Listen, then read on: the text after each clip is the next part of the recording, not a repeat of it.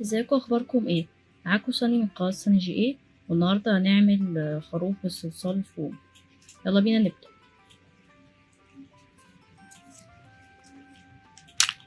الأول هنستخدم الألوان ديت اللي هي اللون الأبيض واللون البني.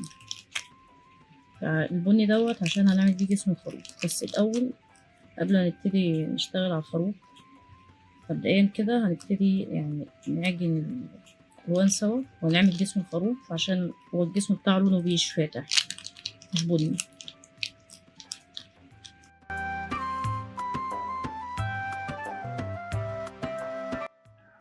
زي ما انتوا شايفين انا مزجت اللون الابيض باللون البني عشان يطلعوا لنا اللون البني الفاتح او البيج، عشان هنستخدمه بعد كده في عمل ارجل الخروف وراسه وودانه.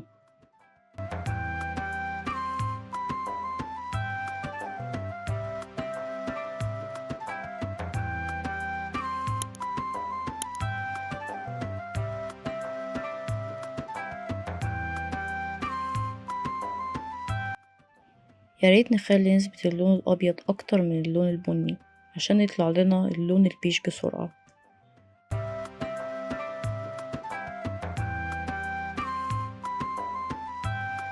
مبدئيا انا وصلت للدرجة المناسبة خلاص، وممكن نضيف يعني لون زيادة كمان.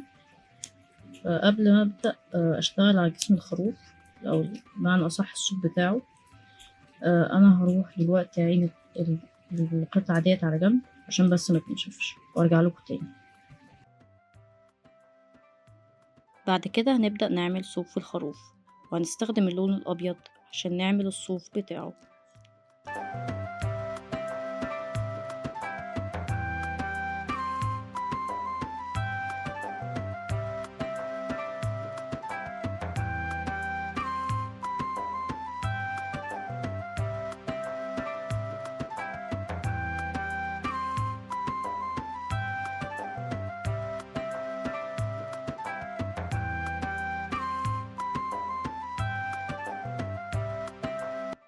زي ما انتوا شايفين انا عملت شكل شبه البيضة عشان اعمل دعامة بسيطة تشيل الكور اللي تمثل شكل الصوف.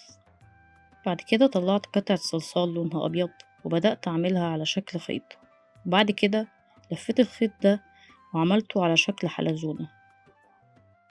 بعد ما عملت شكل الحلزونة رحت لازقاها بالدعامة اللي احنا كنا عاملينها قبل كده.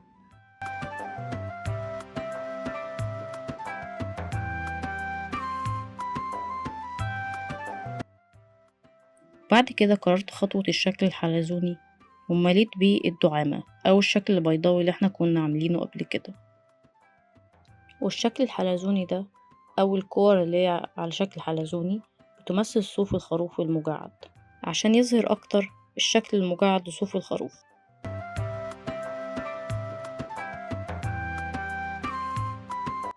وبكده احنا وصلنا لآخر مرحلة في الجسم أو الفروة بتاعة الخروف نفسها.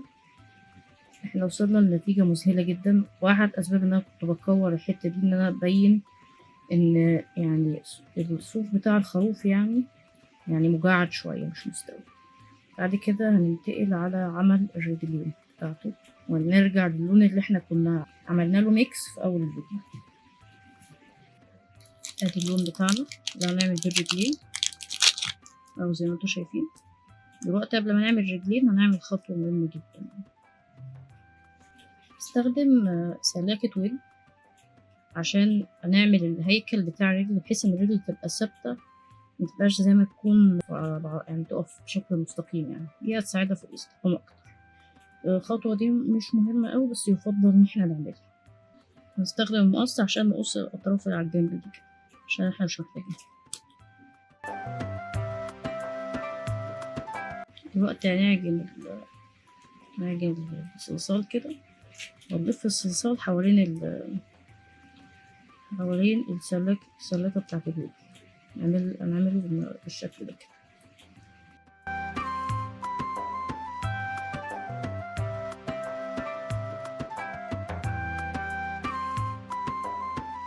استخدم السكينة عشان نعمل فاصل في النص كده الرجلين.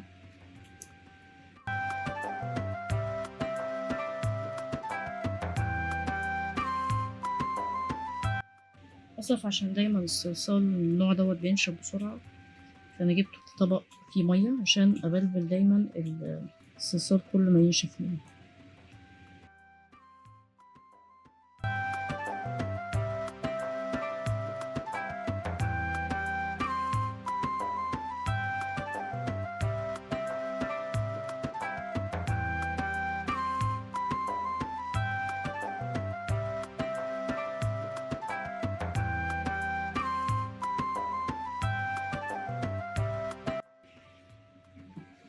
كده هندخل رجل في الجسم بالشكل.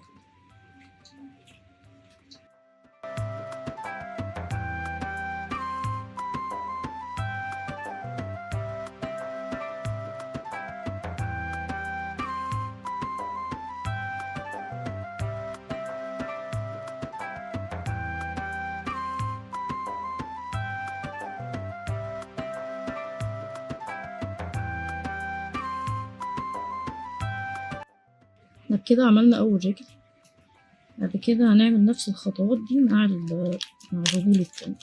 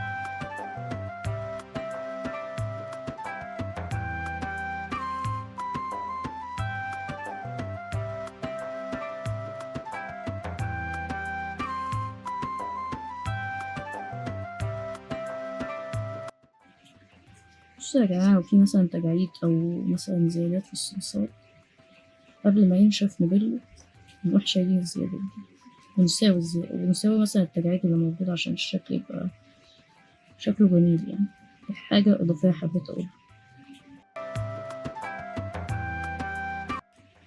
هو العصاية يعني اللي بتاعت سلافة الودن يعني ظهرت، حاولوا تخفوها يعني عشان يبقى الشكل جميل أكتر.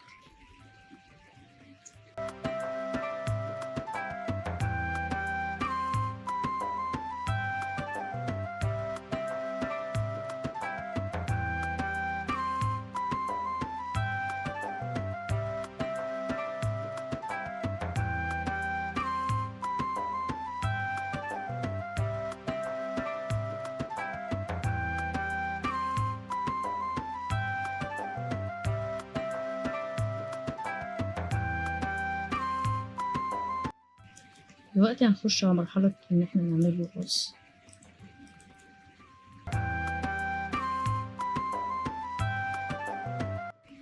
لازم قبل ما نعمل الرز نعمل يعني نسبة وتناسب ما بين الجسم والرز.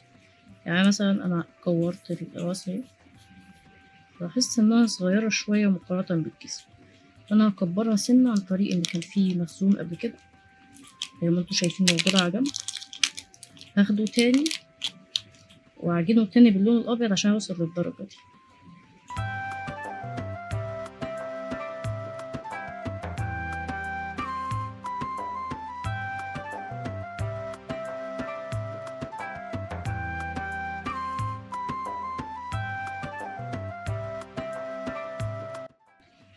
نفضل نعجن ونعجن ونضيف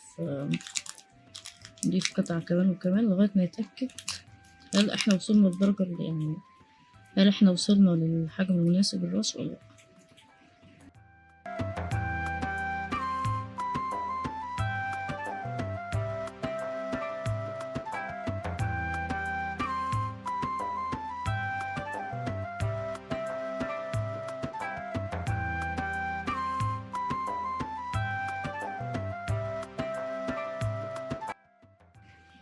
نقص بس شوية عشان لاحظت إن الراس كبيرة زيادة. احنا كده كده هنستخدم الجزء ده عشان نعمل بيه الودان. بعد ما خلاص اتأكدنا إن حجم الراس تمام، هنلزقها في الجسم الفروة زي ما انتوا شايفين. بعد كده هنعمل الودان.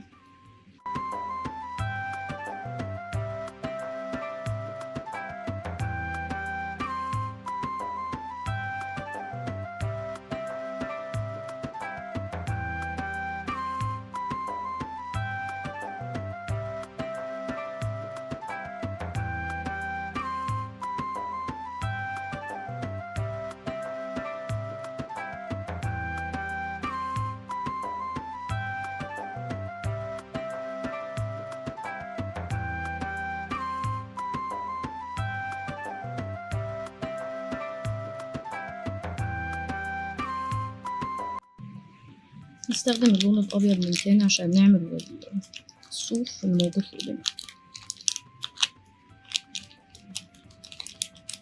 وهنعملها بنفس طريقة الصوف بتاعت يعني الجسم بتاعه.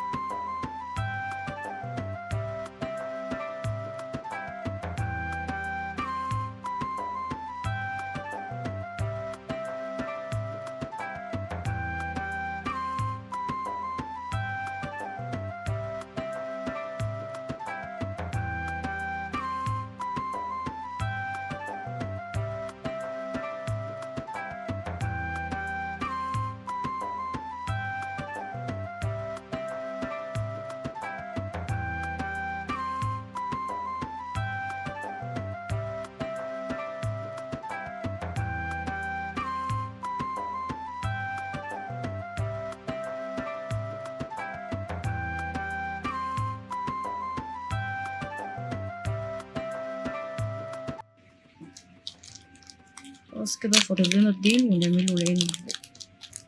هنعمل الديل بتاعه دلوقتي.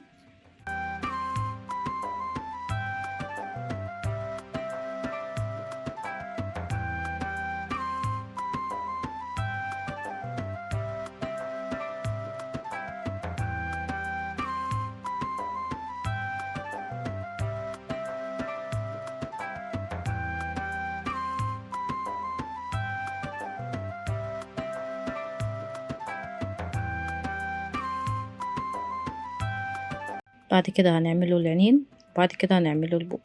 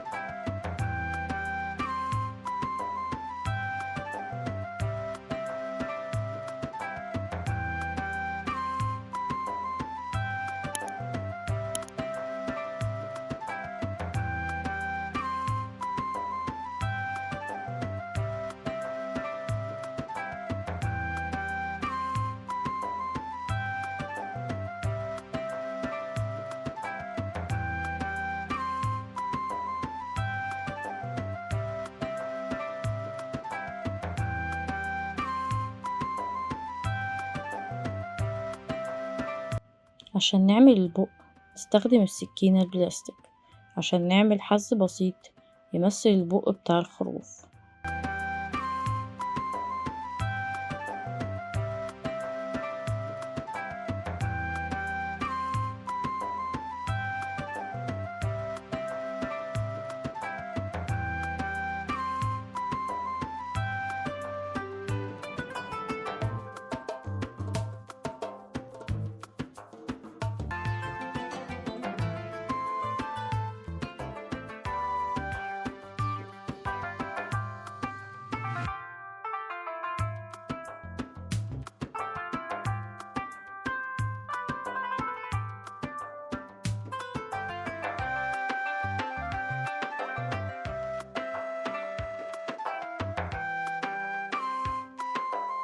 كده خلصنا عمل الخروف بتاعنا اهو.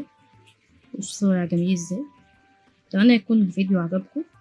لو عجبكم الفيديو ياريت تعملوا لايك للقناة، وما تنسوش تشتركوا في القناة برضو لو انتوا لسه مش مشتركين. ان شاء الله اشوفكم في الفيديو الجاي. يلا سلام.